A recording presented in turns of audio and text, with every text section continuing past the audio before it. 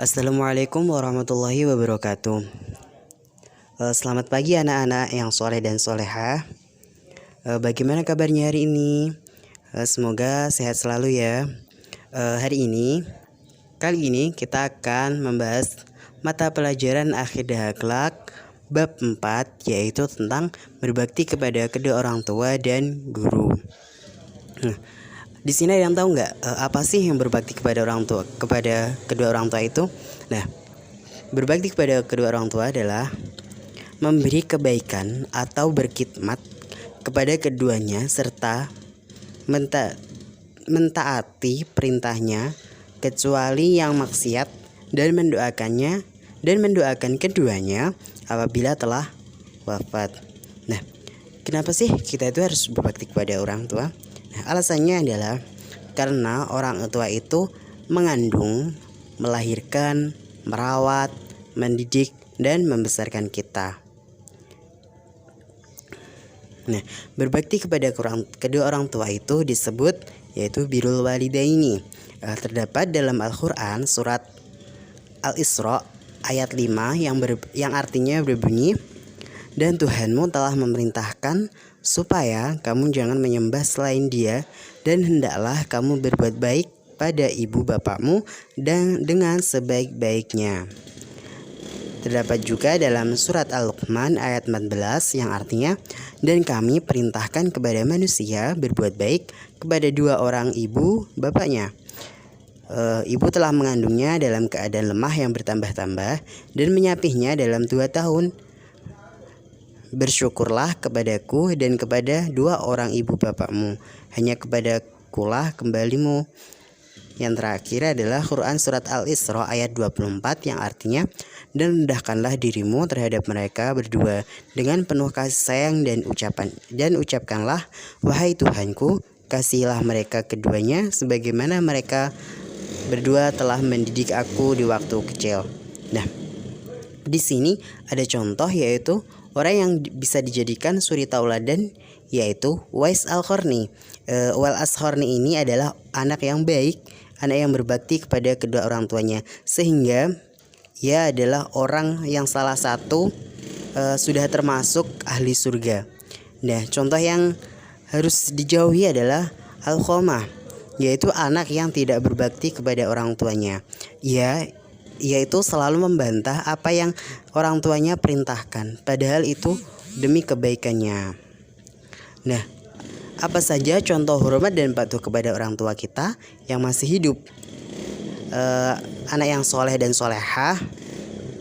Nah, yang pertama adalah patuh dan taat terhadapnya, terhadap nasihatnya, terhadap apa saja yang mereka bicarakan, tetapi tentang demi kebaikan kita. Nah, yang kedua, berkata yang sopan dan halus, jangan pernah membentak sesekali walaupun dengan kata ah. Nah, yang ketiga adalah melaksanakan perintahnya dalam hal kebaikan. Yang keempat, mendoakannya. Yang kelima, membantu meringankan beban keduanya. Nah, apa saja sih contoh hormat dan patuh kepada orang tua yang sudah meninggal? Nah, yang pertama adalah berdoa untuk keduanya.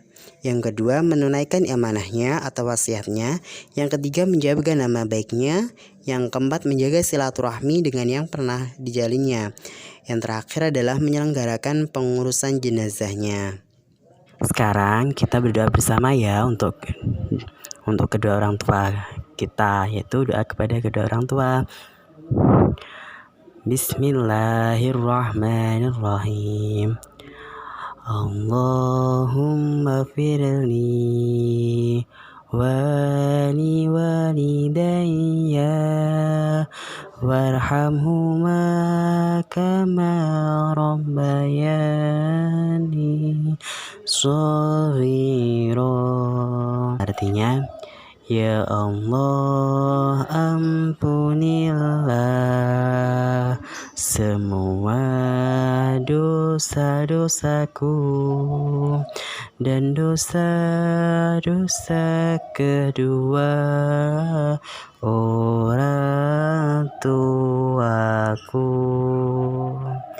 serta berbelas kasihlah kepada mereka berdua, seperti mereka berbelas kasih pada diriku di waktu aku masih kecil. Ya, adalah yang kedua adalah berbakti kepada guru. Mengapa harus berbakti kepada guru?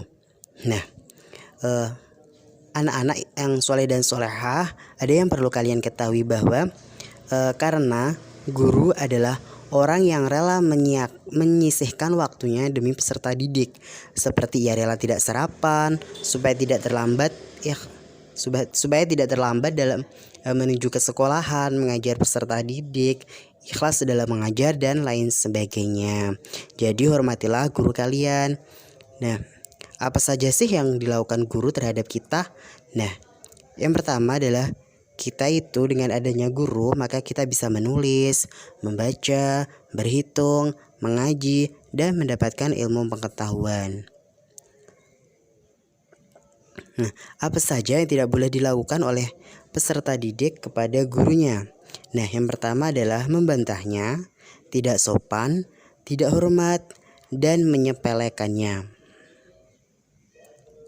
Anakku yang soleh dan solehah, pesan Bapak, tetaplah menjadi anak yang berbakti pada orang tua dan guru ya, karena Allah akan mencintai orang-orang yang baik dan beradab.